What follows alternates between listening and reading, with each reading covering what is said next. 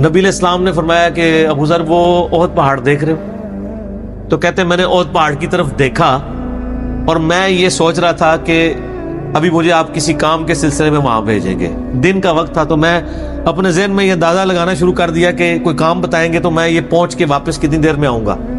لیکن آپ نے یہ بات نہیں کرنی تھی. آپ نے فرمایا کہ اگر یہ سارا پہاڑ جو کئی کلومیٹرز پہ پھیلا ہوا ہے، آج بھی وہ پہاڑ موجود ہے مدینہ شریف میں، مسجد نبوی سے بھی نظر آتا ہے، اور جو شہدائے احد کا قبرستان ہے اس کی بالکل بیک سائیڈ پہ کئی کلومیٹرز پہ پھیلا ہوا، اگر یہ سارا سونے کا ہو تو آپ علیہ السلام فرمایا کہ میں سب کا سب اللہ کی راہ میں فوراً شام سے پہلے خیرات کر دوں. اپنے پاس میں 2 یا 3 دینار ہی رکھوں صرف، یعنی جو ٹوٹل زندگی گزارنے کے لیے سب خیرات کر دوں.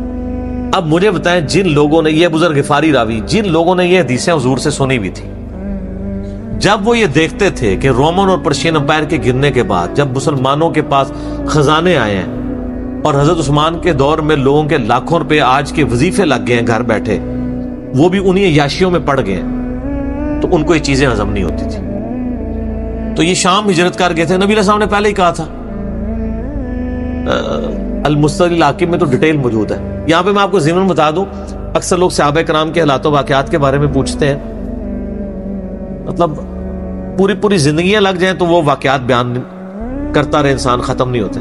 یہ حدیث ہے المستدرک الحاکم میں صحیح سند سے کہ فرمایا آپ علیہ السلام نے کہ ابو ذر تیرا کیا حال ہوگا جب تو بھوسا لوگوں میں رہ جائے گا. اور آپ نے یوں انگلیاں ڈالی. اور ابو ذر غفاری کا انتقال 32 ہجری میں ہوا ہے، حضرت عثمان کے دور میں. یہ بات عبداللہ بن عمر بن عاص کے بارے میں نہیں کہی تھی؟ وہ بھی ہے، وہ تو صحیح بخاری میں ہے. عبداللہ بن عمر بن عاص کو نبی علیہ السلام نے فرمایا تھا کہ تو بھوسا لوگوں میں رہ جائے گا. سیم الفاظ حضرت ابو ذر غفاری کے بارے میں حاکم میں ہے. آپ مستدرک الحاکم کا چیپٹر کھول لیں.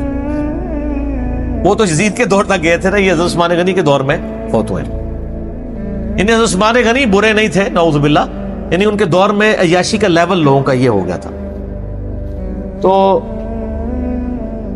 یہ یعنی اس میں پھر حدیث میں الفاظ ہیں، نبی علیہ السلام سے پھر انہوں نے کہا یا رسول اللہ میں کیا کروں، تلوار اٹھا لوں؟ آپ فرمایا صبر کرنا اور اپنی زبان سے تم حق بات کی تلقین کرتے رہنا، پھر آپ کو حاکم میں ملے گا. نبی علیہ السلام فرمایا کہ ان قریب تمہیں مدینے سے نکال دیا جائے گا، شام چلے جاؤ گے وہاں سے بھی نکال دیا جائے گا.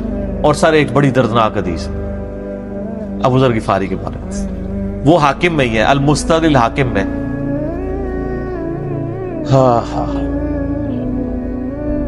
غزوہ تبوک آپ کو پتا ہے ایک ایسا غزوہ تھا جس میں جو شرکت نہیں کرے گا وہ منافق ڈکلیئر ہوگا.